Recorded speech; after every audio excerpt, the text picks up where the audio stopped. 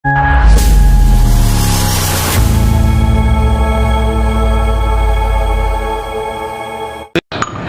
dia mengaku sebagai ahli telematika. Ahli telematika. Pengakuan dia sendiri. Begitu juga Rismond yang katanya kuliah di Jepang. Universitas Jepang itu sendiri yang membantah. Kami tidak pernah mengeluarkan ijazah seperti yang ditunjukkan oleh saudara Rismond, katanya. Harus itukah yang kita percaya? Institusi negara kita abaikan, lalu orang-orang yang berkowar ini yang tidak jelas ini, apakah ini pesanan atau settingan atau apa, lalu itu yang kita percaya. Akal sehat kita di mana? Ini bangsa besar loh. Indonesia ini bangsa besar, kata Pak apa tadi itu 287 juta, dan kita cukup diperhitungkan di dunia ini. Jadi saya melihat begini, kasus ini sebetulnya adalah kasus remeh-temeh, betul apa yang dikatakan. Kalau saya melihat ini adalah kasus murahan dan kampungan menurut saya. Tapi di sini ada banyak permainan. Siapa yang bermain di sini? Inilah ada ormas-ormas ilegal. Apa itu ormas ilegal? Hari ini HTI dan FPI adalah ormas ilegal di Indonesia ini. Amerika ini yang bermain. Ada kepentingan asing yang bermain di sini. Siapa itu? Kebijakan Jokowi yang membuat kebijakan hilirisasi, yang paling terkena dampak adalah Uni Eropa. Yang paling tidak senang. Maka Uni Eropa membawa Indonesia ke WTO.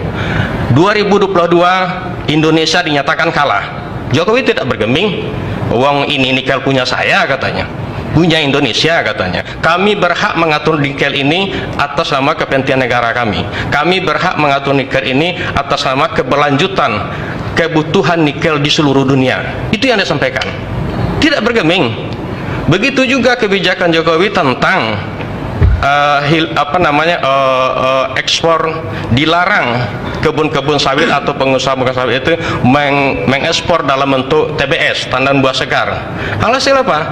Hari ini TBS harganya sampai 4.000. Dulu ketika menjelang puasa dan lebaran itu sampai 400 rupiah. Kenapa? Karena itu memang mereka yang bermain.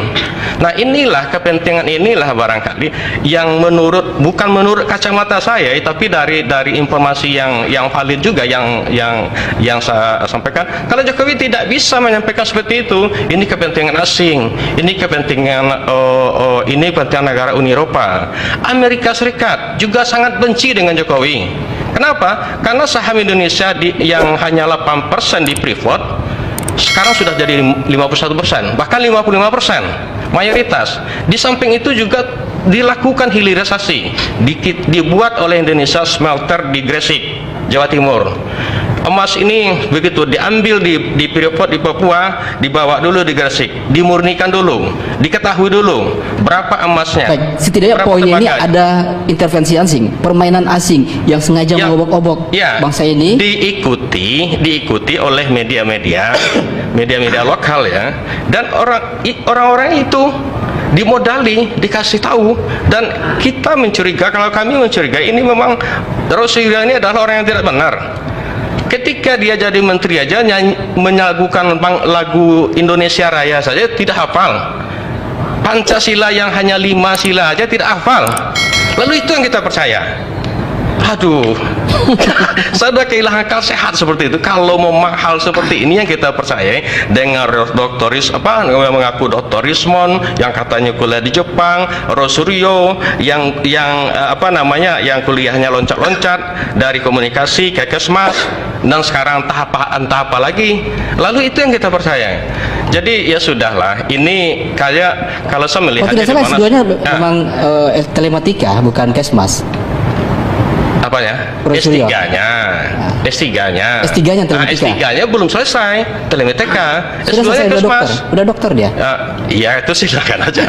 S3-nya. Kalau S2-nya Kesmas. Kalau belum dokter, pemalsuan juga dia berarti ya? Pemalsuan juga. Dokter dia. Justru mereka berdua inilah, dia yang ditambah sama dokter yang perempuan itu satu lagi. Ini yang patut kita curigai. Jadi kalau saya melihat seperti ini ya Bung Nasir, cobalah kita sasaran Jokowi dan Gibran ini adalah, kalau saya melihat ini adalah sebagai sasaran antara. Orang-orang pembenci Jokowi ini berusaha membenturkan Prabowo dengan Jokowi. Saya menyatakan itu tidak akan pernah terjadi. Kenapa? Pertama,